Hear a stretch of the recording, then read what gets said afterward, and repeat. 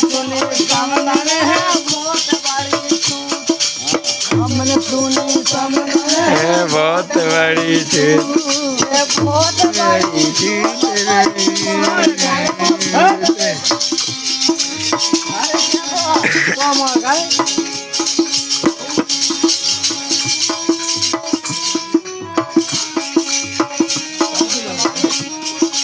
हमने सुने सामना है बहुत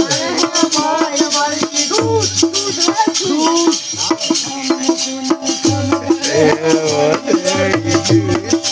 बहुत बड़ी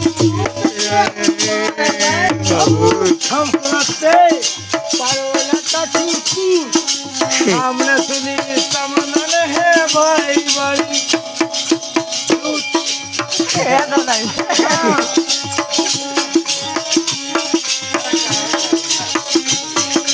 भाई बड़ी छूट